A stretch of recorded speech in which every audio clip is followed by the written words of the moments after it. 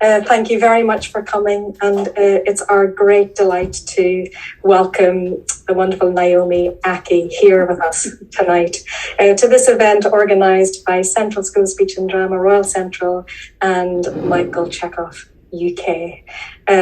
Naomi, welcome. Thank you. Hi.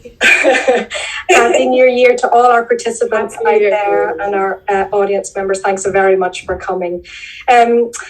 Naomi, we all know that you've just, before Christmas, finished filming and being in Houston, which I think everyone here is really keen to hear about. We appreciate that there's some things you can't say, etc., etc. And there are a lot of actors in training on this call, professional actors too, who continue to learn. So we're interested tonight to talk shop, I think, even though there's some general public too. Let's talk acting. Yes. Love to. I'd love to start, Naomi, just by hearing a little bit, because I think, as you were saying to me before, this is the first time you've played a non-fictional character, so a real person. Yeah. So can you tell us what that might have changed about your approach to character? Yes, I think I've been thinking about this recently, about work in general and what it brings up for you as an artist and then you just as an individual. This was maybe the first time that I felt my anxiety around playing Whitney Houston was a little bit of a catalyst in a way that I hadn't previously experienced before. So, there's the normal stuff. Learn the accent. How does her lips move around a song? What does she physically look like? How does she present herself? But there was the biggest thing I can remember from this last year is managing my anxiety around what I want to create and what I think other people want to see. And that was a real tussle for me, because I think, and this, can be about many different parts that you play, but there is this kind of struggle about being a people pleaser when you're a performer. And I constantly had to be reminding myself, tell the truth of the story. The biggest thing for me was going, okay, once you're 70% there with the accent, and once you're 70% there with the body and 70% there with the character work, the rest of it can't be perfect. It shouldn't be perfect. This is an affectation. You are pretending. And so allow yourself the freedom to do that. That was maybe a lesson that I just got to learning 2 weeks before we finished. Which is just like, it's hilarious to me. I just sometimes I'm like, God, I wish I knew that right at the top. I keep on thinking there's going to be some scenes that feel very free and others that feel a little bit restrained. And I think there's also this illusion around film work in particular that everything is perfect because people are shiny and editing and stuff like that. But actually, it's still a learning process. I still look at a lot of the work I've done in the past few years and I go, oh, would have tweaked that and would have upped that a bit, or I would have calmed down on that. Oh, bit strong there on the vowels. You know what I mean? So it was a very transformative time for me, but not necessarily because I was playing Whitney. It felt like a personal thing happening at the same time. Yeah. And can you say a little bit about what are some of those things you feel that you had to let go of that maybe were a positive kind of surrender? Yes. Yeah. Ego. My ego is a big one. And I think I didn't realize I had a big ego because I always work hard. This was one of the first times where something wasn't easy. It was a daily grind. I said no to a lot of work from the last year and I just said, I just want to focus on this one thing. There was a lot of inner work for me about not instantly feeling like I had it and it not coming so quickly. But that struggle is an interesting struggle. ego is a big one. I remember that from back in drama school days. The amount of times I've been so hard on myself. Yeah. And I think a lot of performers, we go through that because we have these high expectations. It's like when you're a child and you think you're going to draw the most perfect house and it comes out with like 2 sticks and it's a bit wonky and the faces don't quite look right and you're frustrated with it. But I think ego, one, and tied in with that again, this idea of being perfect. Perfectionism is a dangerous thing. And I kind of had to let go of some of my restrictive personality that kind of set some rules and didn't think that I could break them in order to serve the story. Yes. If I was to think of an example, there's some times where I was like, well, I've never seen evidence of Whitney crying in this way or shouting in this way, so then I can't do it. But then actually it's like, wait, what are we doing here? I'm not servicing a YouTube video. Yeah. I'm servicing the life of a human being that none of us really will ever know. It's an imaginative exercise. So in contrast to that, leaning into my imaginative world felt the most free I was in that. Yes. And were there particular aspects of her, Naomi, that were, in many ways she was many things, wasn't she? I see somebody's just writing that also in the chat. Folks, can I encourage you to put your questions, use the Q&A function, actually. Sorry, I should have said this at the beginning. It's just easier for me to see, so I'm not distracted looking at the chat when I want to be looking at Naomi. So if I could ask you to do that, and Naomi and I'll speak for half an hour, and then I'll send it over to the questions. But yeah, there's something about Whitney. Yeah, she's many things, like Kyle says here: a mother, wife in troubled relationship, Black artist in a conservative industry. She was also an anti-apartheid activist for a period, wasn't she? She cared about children's charities. She was an actress as well as a completely iconic singer.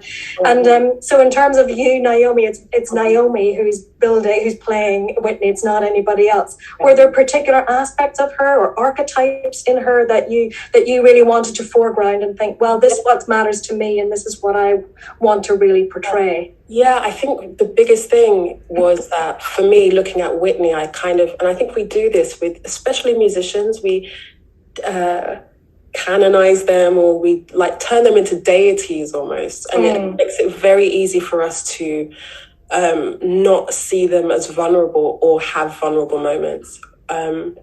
We can never see, I don't know, Beyonce scared before she goes on stage, but I'm absolutely certain she has that fear. Yeah. And so a part of me was leaning initially into this kind of like diva kind of thing. And then I was like, wait, if they wanted that type of performance, they wouldn't have hired me, because that's just not what I do. I found myself being magnetized more towards showing her inner world on screen. Yeah. Everything else people can see. They can see her beautiful performances. They can see when she's been a bit snippy to a journalist. They can see her interviews. There's so many of them.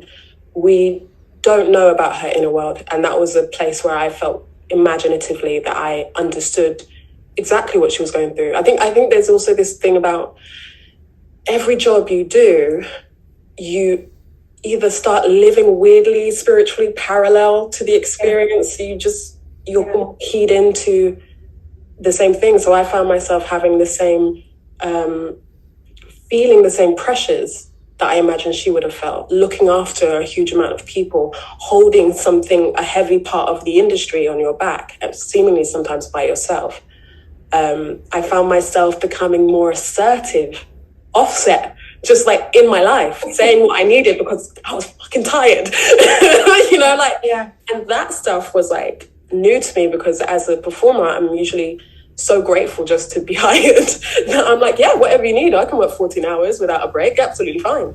But this time I was like, no, if I'm doing this, if I am servicing this story, then I have a right to say what I need. Yeah. I have a right to even show when I'm not in a good mood.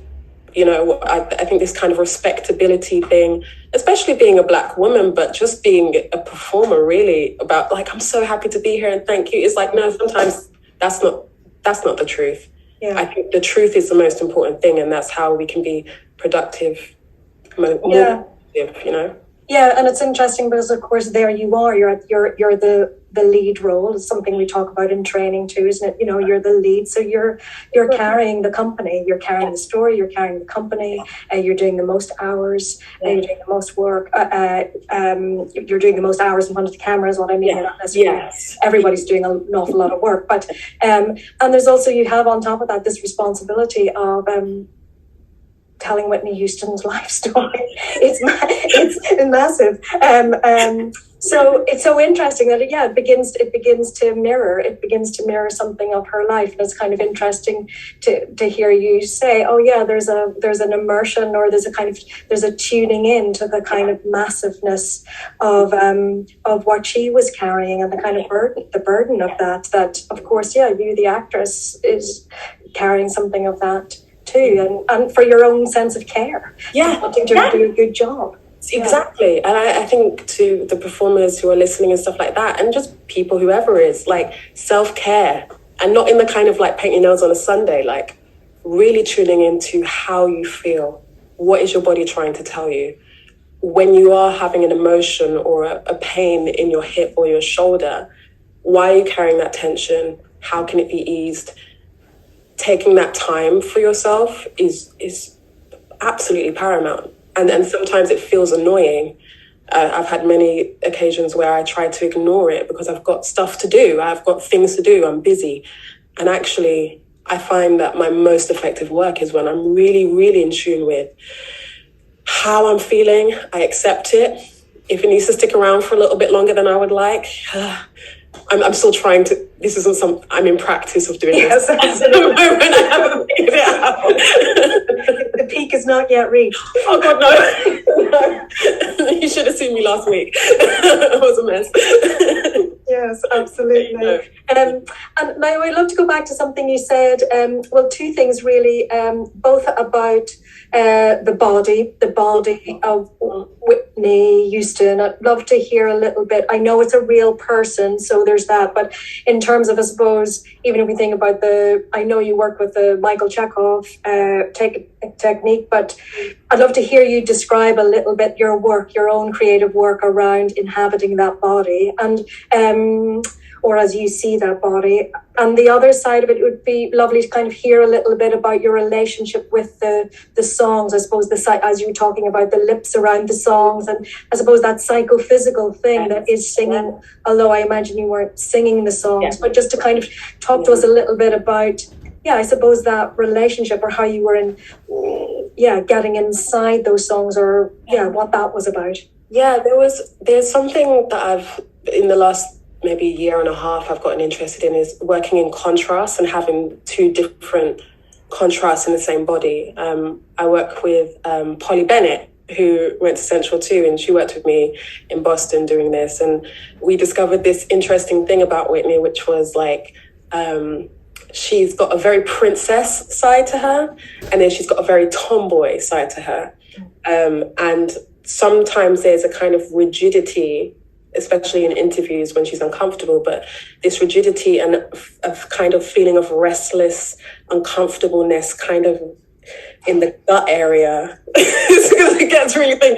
But so there was this kind of like I would imagine this kind of like a kind of shape-shifting, kind of metallic ball in my stomach. And then we would play with like, okay, imagine a tomboy in a dress and how uncomfortable that tomboy might be. Or imagine a princess in a pair of baggy jeans and a giant top. Like, there's this real contrast, and it can help you find variety in your movements, because I think it would be easier for me to say, or for me to have done, Whitney is always graceful.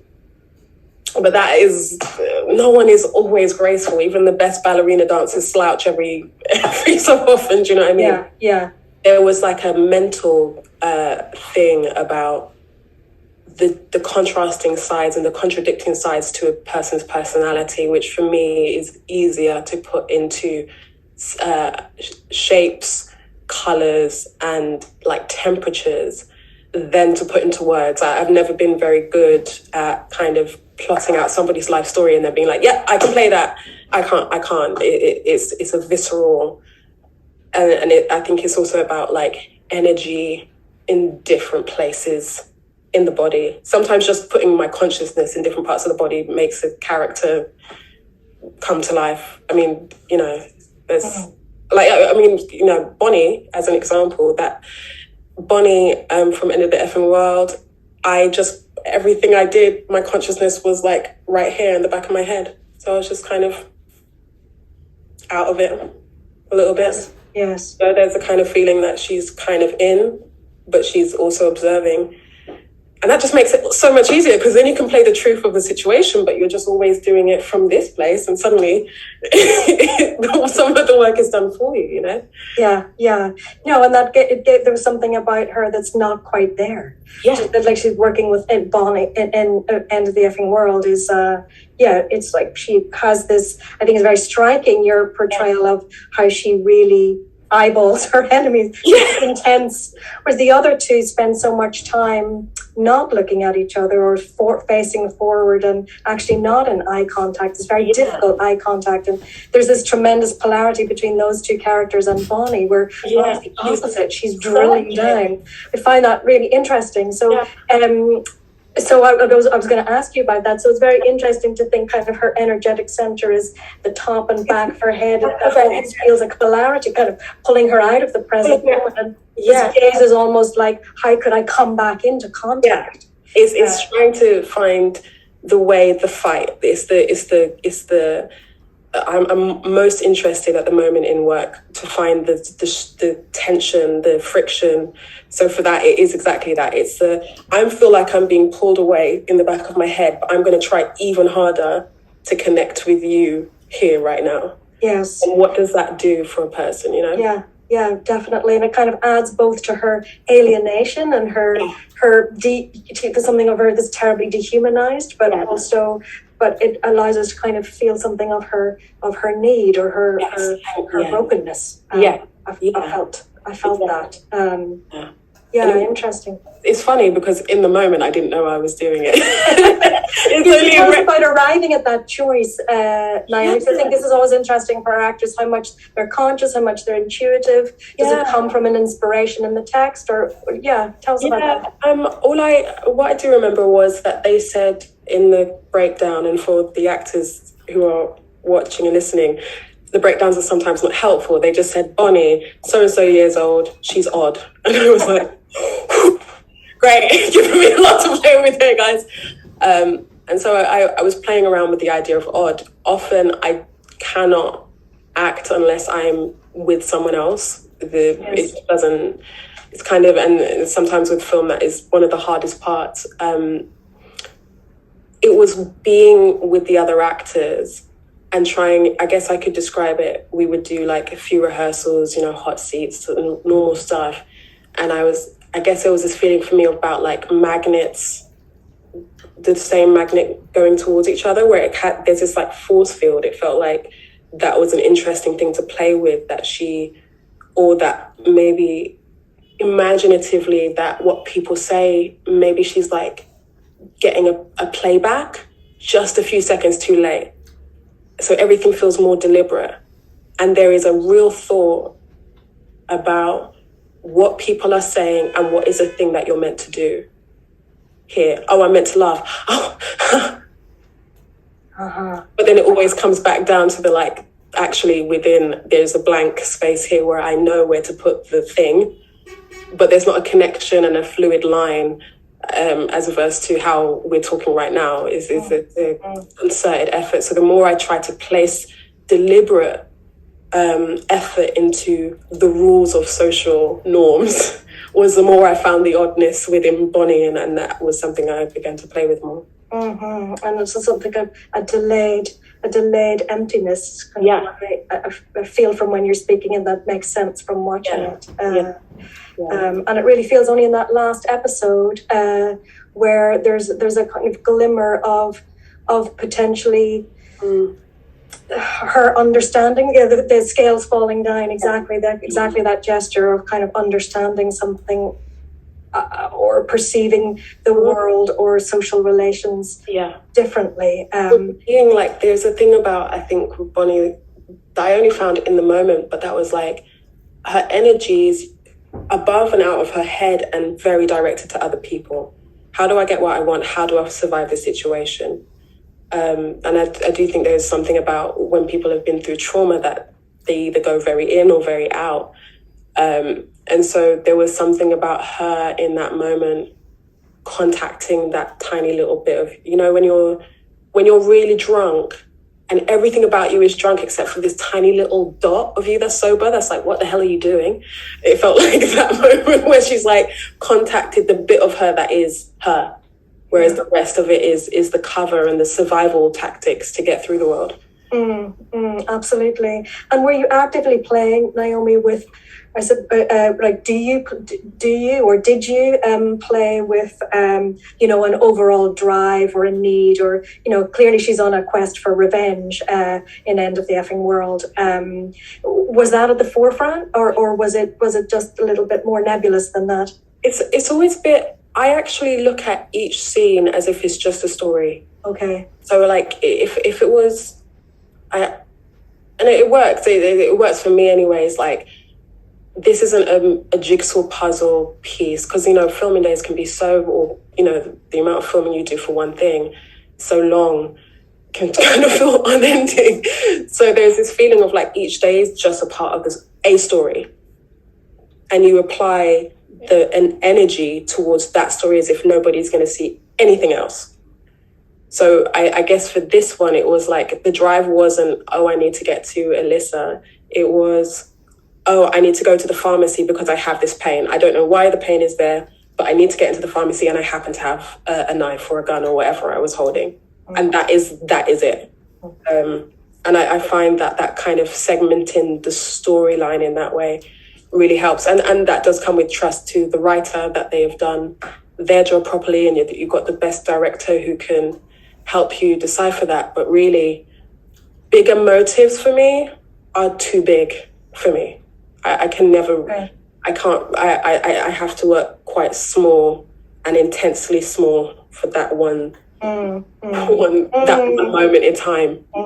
You know? So really taking it scene by scene, and playing it like it's the whole thing. Like it's just the whole thing. That's the whole. It's a short film, which would be 30 seconds long, and I'm like, yep, done it. See you tomorrow. And in End of the Effing World, where in a way you did have some sense of the arc in a way in those scenes. Were you did you have a sense before you shot them that what the need was in those scenes? Were you coming in with that, or did you just allow yourself to have those character choices and see what happened?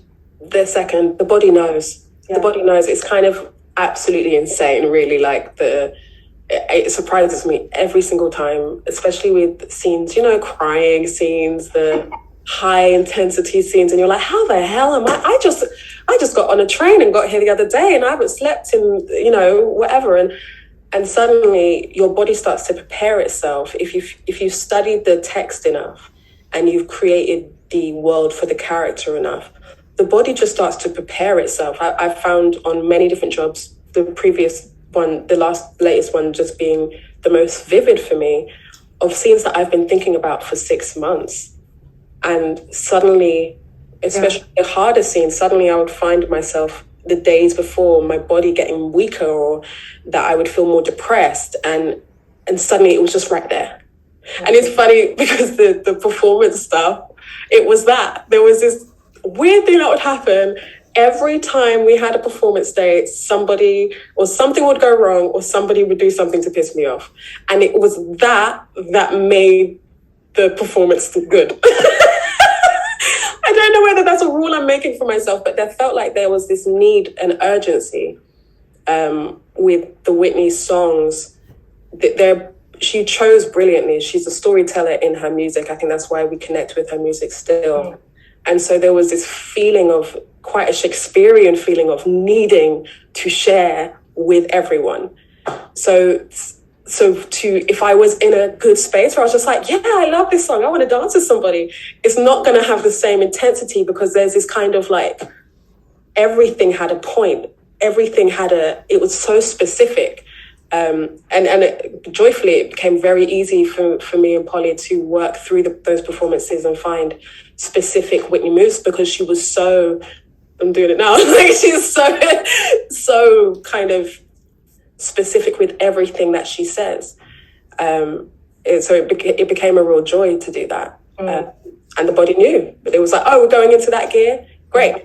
I'm going to find something to fire you up in a way that makes you very articulate. When I get angry, I get very articulate. So like that's going to make you very articulate, high energy, where you can convert your nerves into a good fuel, you know?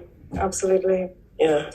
And going back to this idea of, you know, taking it scene by scene, or the kind of feeling of you know, I'm thinking back to the old Michael Chekhov idea, like talked about polarity in a really nice way, and I'm thinking about his idea of the feeling of the whole, you know, and well, in the end of the effing world, you know, there's such a strong aesthetic of landscape, the kind of road movie, it's like American atmosphere of it. But if we were to switch gear, and just before we open it up to questions, just to talk about Lady Macbeth, the film, in that notion, because I know you're excited and you use atmosphere, and I go find what was it's so interesting in that film were all its very specific motifs. So the doors closing and the doors opening, shots from behind that are framed by square bits of furniture and mirrors in frames, and we never see the house from the outside, or these interiors. And there's a kind of sense that the editing, it's so beautiful. The editing is doing so much of the story work, where it's almost as if it's like a test of how little we need in order to understand the follow-up. I think it's really quite masterful, and there's something about the cool, austere aesthetic of it and the hardness of it that feels it permeates everything, and that the film has such a strong atmosphere. And I guess I was interested, Naomi, to hear were you aware of that when you were filming? Were you aware of that kind of atmosphere that was giving? Or were you working with atmosphere in your own way that you'd obviously got from your imaginings of the script and your investigation of the character? Could you talk to us about that? Because it felt to me that everybody in that film really felt like they understood what they were in, and they were in tune with their environment and the aesthetic, and which I think must be so hard in film because it's such a disjointed process. I think you're exactly right. I think it was a while ago, but I do remember there was a lot of things. For one, we were filming it all in one castle that was cold. We were in Durham and it was freezing.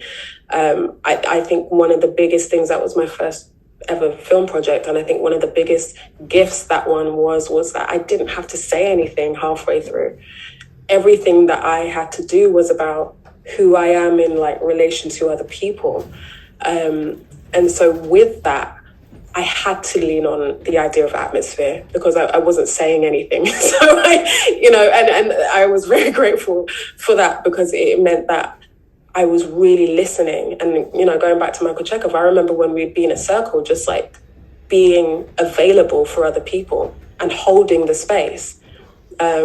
There did feel like there was a really big understanding of that. I don't think any of us were at the time.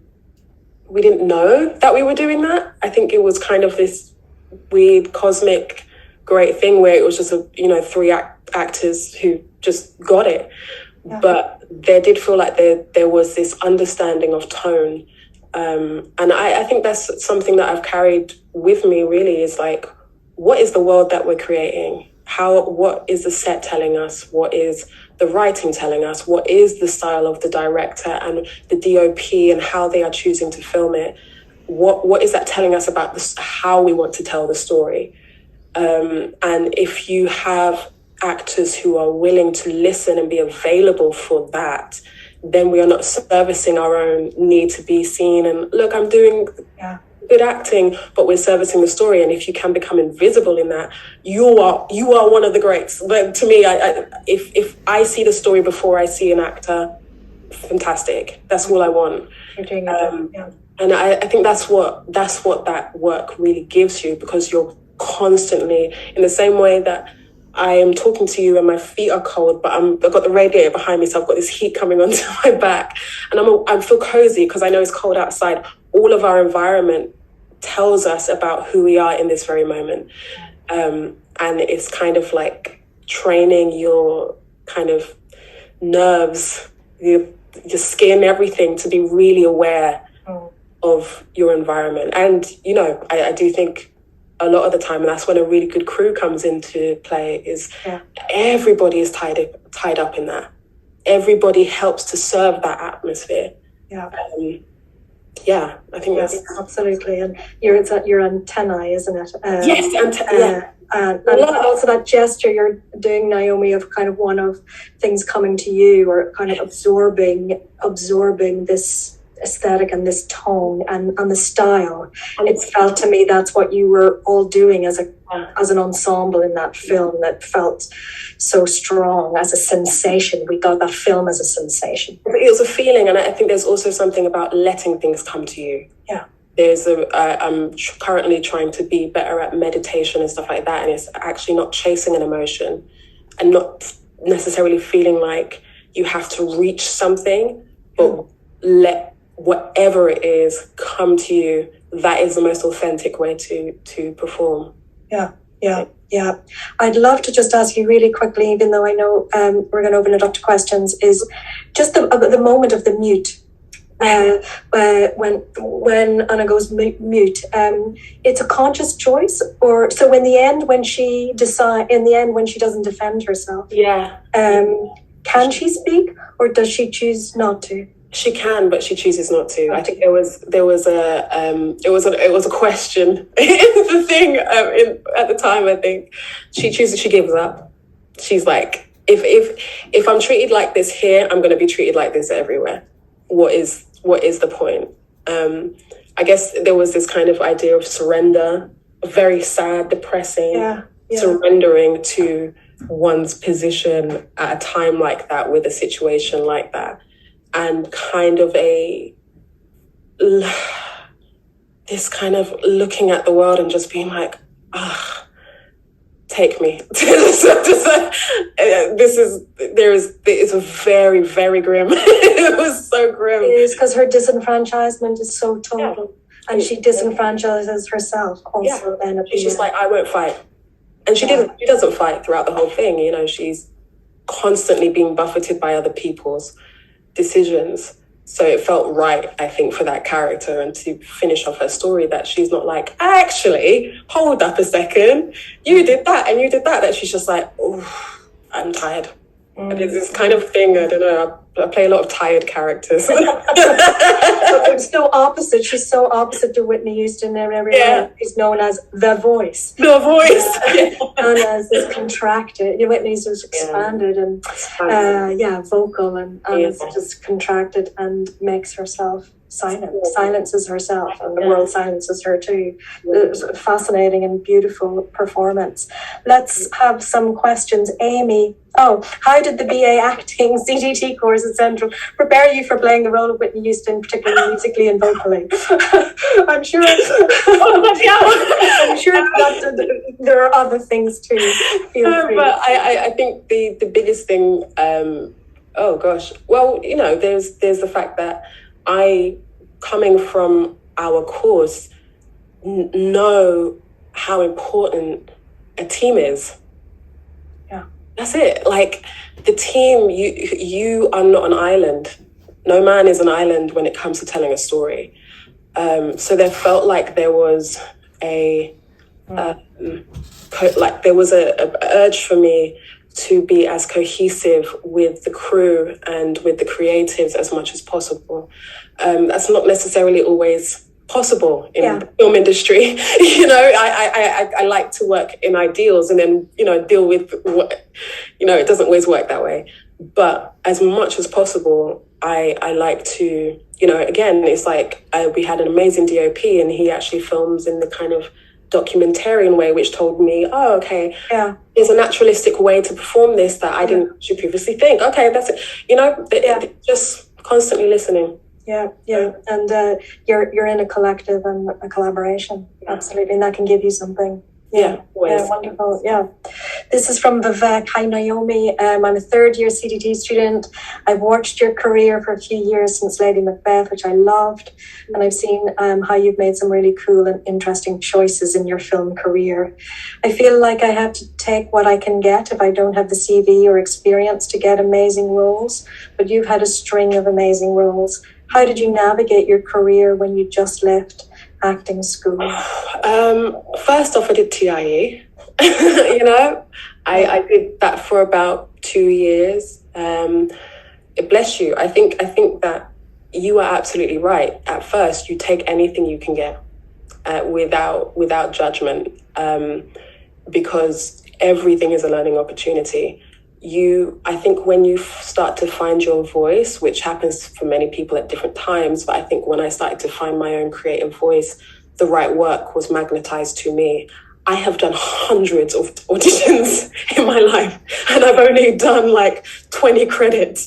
So there are plenty of pieces of work that, I tried to match my artistry to, and it just didn't work. It has taken me a while not to take that personally, but, you take what you can get, and then you learn what you do like and what you don't. And then when you are in a position to make choices, you make sure that you're tapping into what feeds you creatively, also what pays the bills, but like what feeds you creatively and what is going to help you express, or how you can express a part of that story that they don't have without you. I think that's where the actor's importance comes in.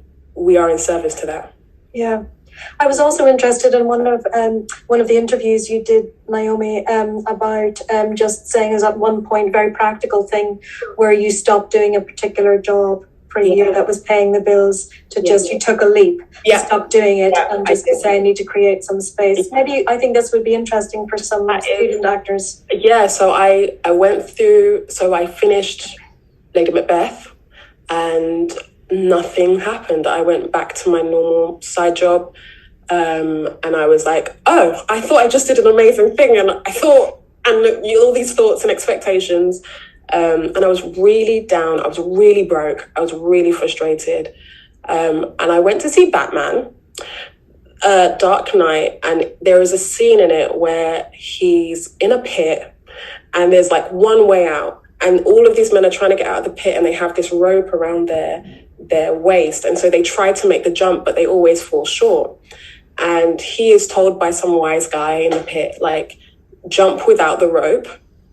And the need to get to that place will get you to that place, or not, but you'll die. So whatever, we're going to die anyway.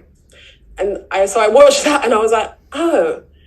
And there was this realization that, like, comfort is sometimes a prison. The comfort of a routine, the comfort of a regular income, the comfort of frustration, the comfort of not being in control or being in control, it can be a trap sometimes. And I had to make a deal with myself to be okay in that moment, to be uncomfortable and not know. And then to know if that doesn't work out, I am capable enough to do other things. And so that's what I said to the universe. I'm a spiritual woman, but like, I was just like, look, Lord, I'm gonna give you a year. If I don't get a sign, fine, I will figure something else out to do. I'm perfectly capable of doing that. But if this is something that I'm meant to do, just send something my way. In that time where I've released all control. And then about 4 months later, Star Wars came along. So it was a good sign. It was a good one. It's something about the combination of Batman and Star Wars. And Star Wars, it's really beautiful, and it's heightened spirituality. So right? Spiritual truth is absolutely brilliant. Crazy. Star Wars fans out there would be very, This is from someone anonymous. How did you go about researching her? I presume you mean Whitney. How well did you feel supported in this context behind the scenes? Oh yeah, I mean a lot of YouTube videos. At a certain point, I was very supported, extremely supported. Many dialect coaches, movement coach. You know, it was all there. I actually overdid it when it came to research. The first draft of the script I had for about 4 months, and I knew it off by heart. And it was becoming something that I was scared to look at. And it was becoming the research and looking at Whitney's videos. I think I've seen every single one on YouTube countless times, and it became like a prison. So there was, and funnily enough, that's not usually the way I roll. Like, I'm pretty kind of relaxed when it comes to prep for work. I just know what I'm going to be in any situation. There's not a lot of thought. So there was a lot of research. It all paid off. But it took a toll on my mental health. That meant that I had to take a break from the script and Whitney for about a month before going back into it, because there was a feeling of urgency and intensity that I had at the beginning of the year that thankfully I've let go of now. Well, and it sounds like you've given yourself time in the schedule, so for that to happen, so that you could take a month out and not be. Yes, yeah. I think great. Just little bit by little bit is always. That's why I think. This is from Kevin. We talk a lot about truth and drawing from the real I in acting schools. Yeah, some of us talk about that a bit less, but is there a challenge or a fine line in channeling this, especially with such an iconic celebrity? Yeah, a challenge. Yes, of course. But actually, I think what I really realized, and it helps to put everything into perspective, like, she was only human. Actually, like, when you really think about it, she was amazing. Partly why she was so amazing was because she was only human and she achieved that much. That to me is true empathy when it comes to working on something like this, is to go, yes, she had one of the most amazing voices in the world still to this day. But she was just as human as I am. She had as many conflicts as I do, as many arguments with herself, as much problems as anyone else. And in that context, it then didn't become a challenge. It actually became like a dance between me and my imagined Whitney, because I don't know her, but that there was this kind of, I was able to embrace that actually you, Whitney, are someone that I know. You are myself, and you are the people that I know and love. And actually, I'm going to accept all of that. And then I'm going to show you something, Whitney, wherever you are, about you. It's a painting. It's like a Picasso or something, a self-portrait of somebody else. It's an abstract idea of what they are. And I think that is something now I look back on, I go, oh yeah, that's what I was doing. But obviously in the moment, it's taken me a year and a month off of finishing to be like, oh yeah, she's human. I just played another human being. And as soon as we kind of take people off of the pedestal, even writers that we are, or directors that we're working with, when we take people and we ground them, it becomes so much easier to do your job. Absolutely, that's lovely. I remember one of my teachers, Joanna Merlin, saying about Daniel Day-Lewis, talking about when he's working with the character, he has a sense of really trying to work so that they're really, really familiar to him as a person. And they're a really familiar person to him. Yeah. I think it's really lovely. That's what you just said reminds me of that. This is from someone anonymous. Naomi, are you worried about any backlash from American actors for another British person playing an American of colour? Yeah. Another thing to worry about. Yeah, no, I am. But I think, yes and no. Because I think there is this kind of expectation of Black people to take on every single political issue there is out there. And sometimes it's okay to choose yourself. And number two, I think there is something about the fact that this is a symptom of a bigger problem, which is that when we are telling stories, who are we telling, who is popular and why? And especially in the Black diaspora, actually, there are a plethora of stories from people who aren't from America, but they aren't being told. And there are not enough parts for Black people and people of color in general. So really, the problem isn't with me playing Whitney. The problem is with the higher ups not investing in the right places. Obviously, that is, it's a really big thing. But what I also understand is me, Black woman, being in this industry, I am going to piss off some people. They might be white, they might be Black, they might be both, they might be anyone else. I am going to do things that upset people, but I can only follow my instinct and trust that when people hire me, they're not hiring me because I'm British or whatever it is. They're hiring me because I offer a service. I'm good at my job, and I have integrity when it comes to this stuff. I don't think everyone is going to understand that. Am I worried?